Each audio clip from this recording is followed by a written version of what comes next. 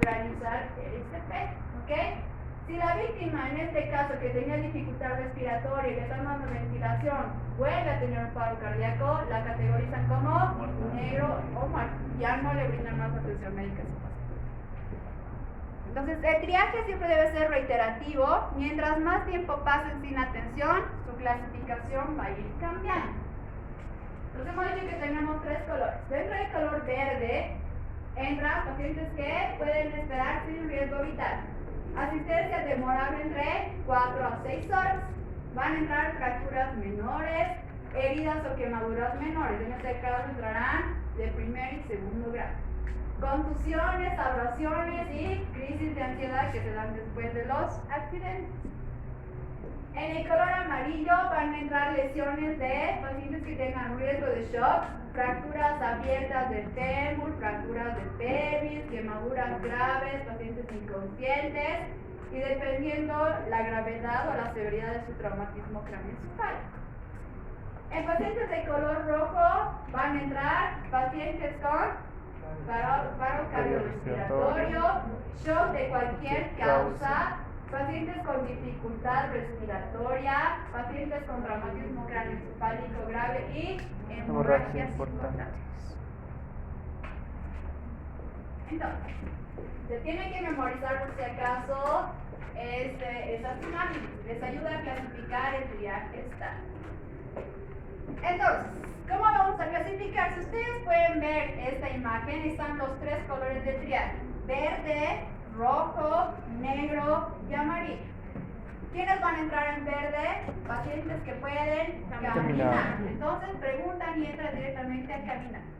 ¿Se acuerdan del mnemotécnico que les he dicho de 32, 9? Entonces, en este caso vamos a tomar en cuenta primero la frecuencia respiratoria. Dos preguntas simples. ¿Ese paciente respira? ¿Sí? No. Si ese paciente respira, van a controlar la frecuencia respiratoria. Por debajo de 30, ¿ese paciente está respirando normal? ¿Sí? Sí. ¿No? Sí. ¿Qué más? ¿Está respirando normal? Es de 12 a 20. De 12 a 20 estaría normal, pero como... Esperen, over es encima, perdón. Over es encima. Paciente con frecuencia respiratoria de 30, ¿está respirando normal? Más de 30. Sí, más de 30 no. ¿Cuál es el término médico para eso? Taquimia. Este paciente tiene taquimia. ¿Estará respirando normal? No. Supongamos que tiene una obstrucción de la vía aérea y por eso no está respirando normal. Automáticamente se clasifica como paciente de color rojo y prioridad inmediata. Entonces hemos dicho que este paciente sí está respirando. Ahora vámonos con una frecuencia respiratoria menor a 30. ¿Se considera normal? Sí, este paciente se considera normal. Entonces con él podemos pasar a evaluar la perfusión o el llenado capilar. ¿Cuánto fue que vamos a tomar como referencia? 2. Necesitan buscar el pulso radial, el pulso, el llenado capilar y el pulso. En este caso, el radial va a ser el más fácil. Si está presente, si está ausente, y ven el tema del llenado capilar. Lo mismo, si ese paciente tiene pulso o no tiene pulso. Si realizan el llenado capilar, voy a decir que vamos a tomar en cuenta 2. Por encima de 2, ¿será normal que este paciente tenga llenado capilar? No. Entonces, en ese caso hay que hacer un control de hemorragia y se tiene que ese paciente se categoriza en color rojo y de prioridad inmediata. Vamos a pasar al llenado capilar menor a 2 segundos. En ese caso, ¿se considera normal? Sí, porque tiene un llenado capilar bastante rápido. Y vamos a pasar a ver el estado de conciencia. Lo mismo, tienen dos opciones: sigue órdenes o no sigue órdenes. Si ese paciente no sigue órdenes, ¿tendrá algún problema a nivel neurológico? Sí. Entonces, en ese caso se clasifica como paciente en categoría roja y atención o prioridad inmediata.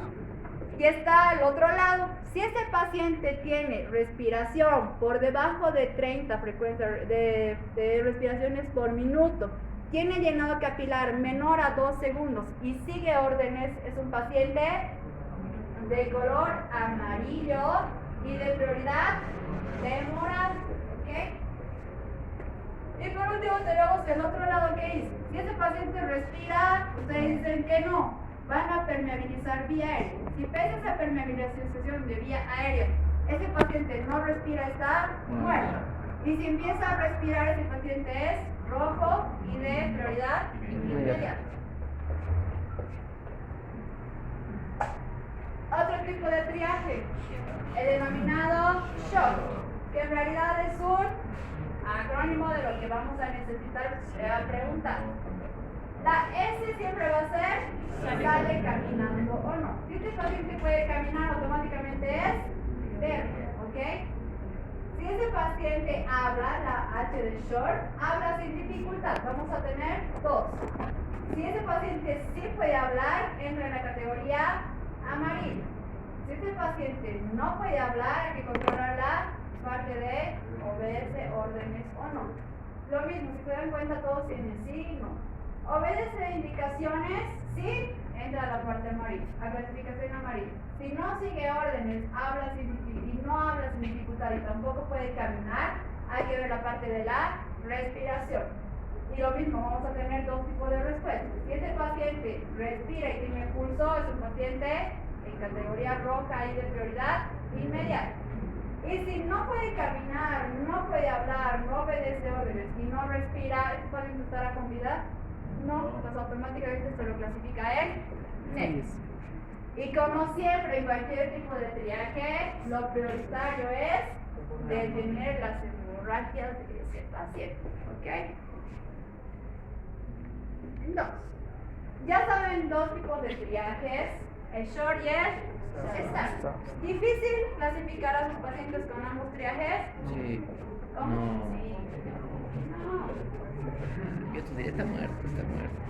Lo único que tienen que saber que es si camina o no camina, si respira o no respira, si tiene pulso o no tiene pulso, si obedece órdenes o no obedece órdenes. Son preguntas sencillas que tienen 2 respuestas, sí o no, y ahí murió, ¿ok? Entonces de acuerdo a eso clasificamos así. Ahora, estábamos viendo los pacientes y hemos dicho que tenemos color rojo, amarillo, verde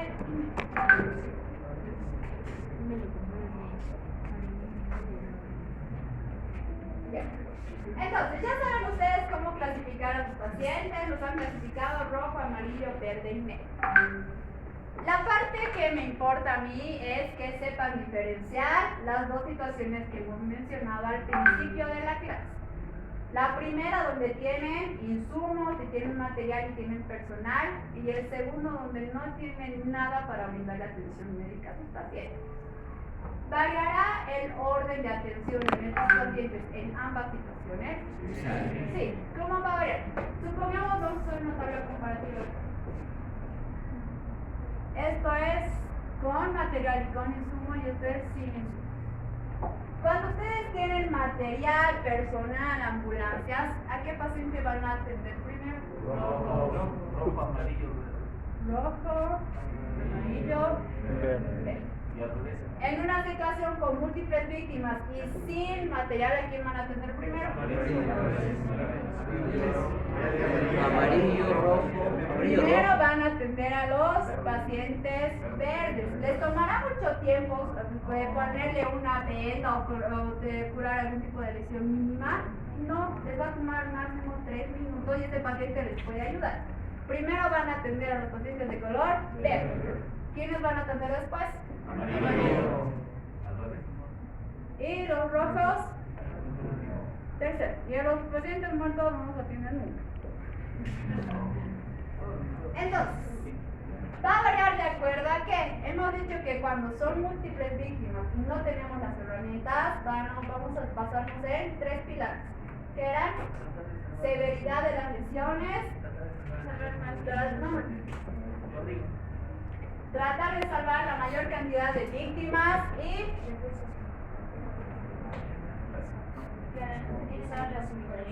garantizar o tratar a los pacientes con mayor probabilidad de supervivencia. No pueden permitir bajo ningún concepto que un paciente que está en categoría amarilla entre a ser categoría roja o mucho menos entre a ser categoría negra, ¿ok? Eso quiere decir que ustedes no han realizado un buen triaje y no han hecho un buen manejo de sus pacientes, ¿ok? Entonces siempre tienen que organizarse. ¿Qué más será importante además de ver este tema del triaje? La parte de el lugar, Bioseguridad. la escena, el lugar y la escena. ¿Qué más? No, la situación.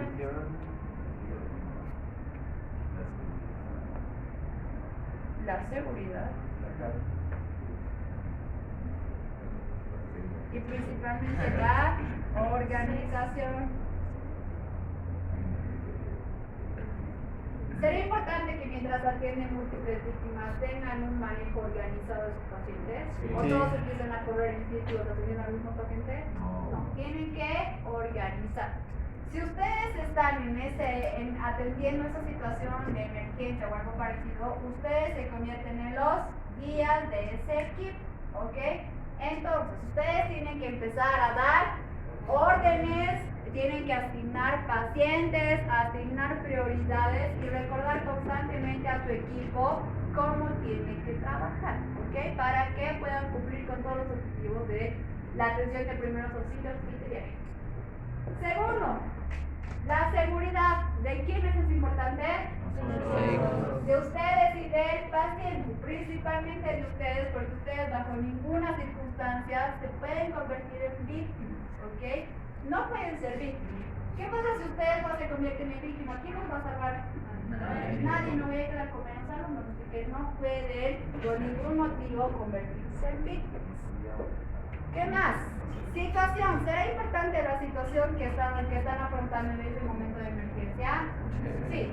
La distancia, los lugares médicos que se encuentran alrededor, ¿qué más? La cantidad de pacientes, la cantidad de víctimas es importante en el tema de situación. Y el lugar y la escena también. Han llevado ya el anterior semestre evaluación de la escena, ¿verdad? No han llevado evaluación de la escena. Ustedes no me digan que no, ustedes dicen que no. ¿No han llevado evaluación de la escena? No. Pascual. ¿Quién llevó? A ver, Hasta inyectar, no, yo ya. que no tienen a tu docente. Inyectar. No. Aislar, no esa cosa.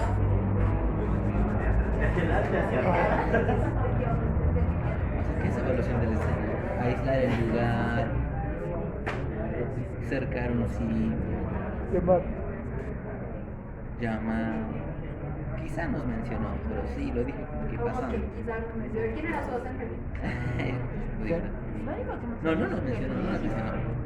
¿Quiénes son exalumnos del doctor Fernández, de Benny Fernández? A ustedes no me pueden decir que no, ustedes se han llevado. Ah, ya. ¿Ustedes de quién? Pascual. Aquí Miranda. Miranda. Miranda. Fija, ¿eh? El doctor Pascual no podrá. Cierto. La clase es a las 3, llega a las 4. Pero usted dijo que no era normal el 30. O sea, su 30 era normal. No, yo no. 30 alto, 30 bajo.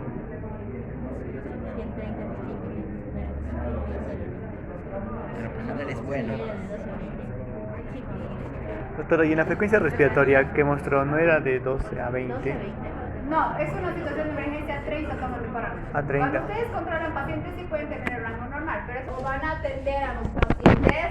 No me sirve de nada que simplemente se enfoquen en los pacientes como tal. Necesitan hacer una evaluación, visualizar y tomar en cuenta varios aspectos del lugar donde están atendiendo a los pacientes. Entonces, ¿qué va a ser la evaluación de la escena? Es la forma en cómo ustedes se preparan para una situación específica desde el momento que son llamados a actuar. Supongamos que están de turno en el hospital y les dice, tenemos un accidente de tránsito con choque de 2 movilidades. Ya saben el tipo de accidente, ¿verdad? Según cinemática de trauma, ¿sabrán qué tipo de lesiones tienen sus pacientes? Sí, han llevado cinemática de trauma, ¿verdad? ¿No? Ay, ¿Ya pasó práctica usted? ¿Conmigo esta semana? Sí. ¿Qué no me Ya. Entonces, de acuerdo a la cinemática de trauma que va a realizarse en ese accidente, ya sabrán qué lesiones tiene su paciente. Las más comunes en un accidente de tránsito. ¿Por qué? Por la cinemática de trauma va a ser lesiones cervicales, lesiones torácicas, lesiones en la columna y en la clavícula debido al cinturón de seguridad. ¿Ok? Entonces, ¿cómo que no?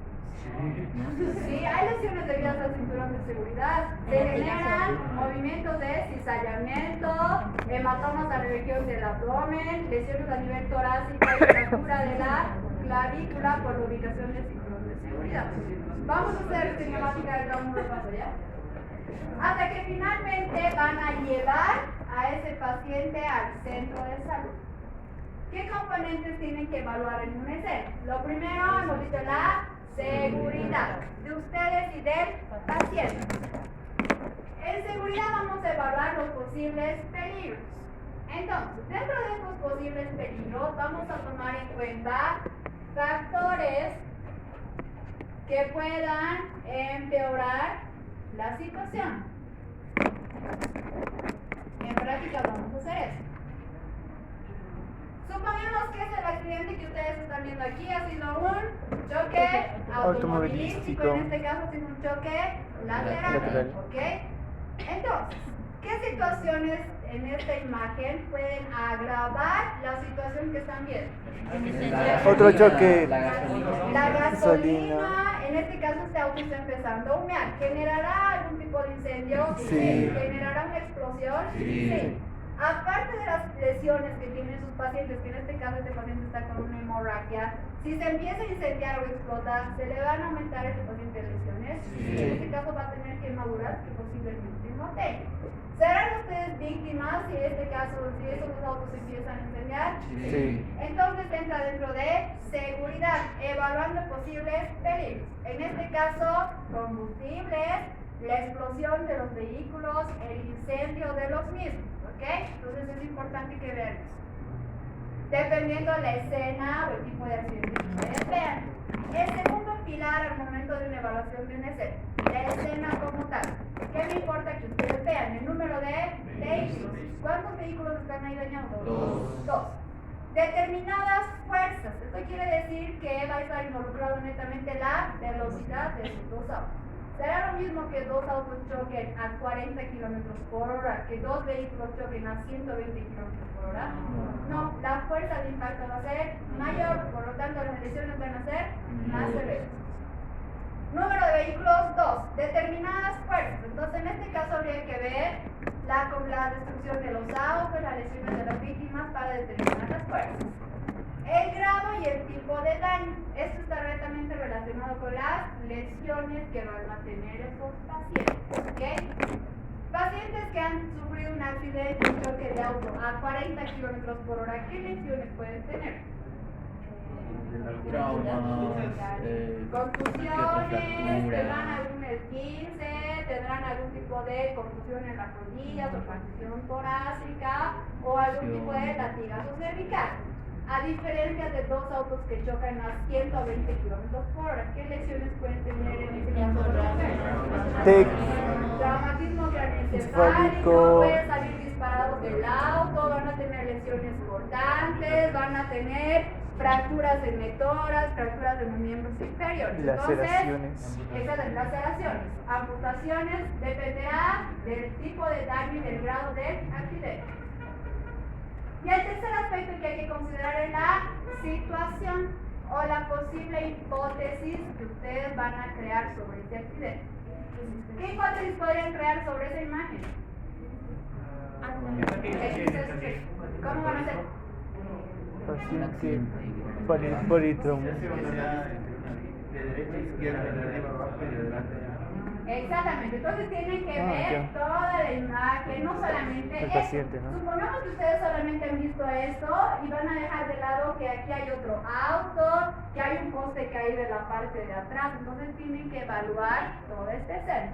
Supongamos que aquí un perro se ha cruzado y el otro ha querido esquivar y va a chocar al otro. Pero puede ser que en este caso haya impactado primero con un poste, haya chocado con este otro, haya atropellado gente y varias situaciones que tienen que plantear en el pilar número 3 al momento de evaluar una escena.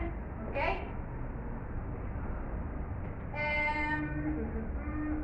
Entonces, cinemática del trama. Les voy a pasar esta diapositiva, vamos a hacer en práctica.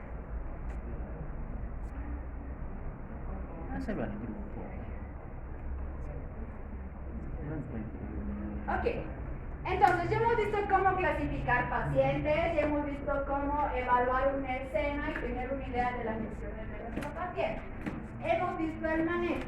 Cuando ustedes van a hacer un abordaje y tienen que generar un ambiente seguro, ¿qué pilar más tienen que tomar en cuenta?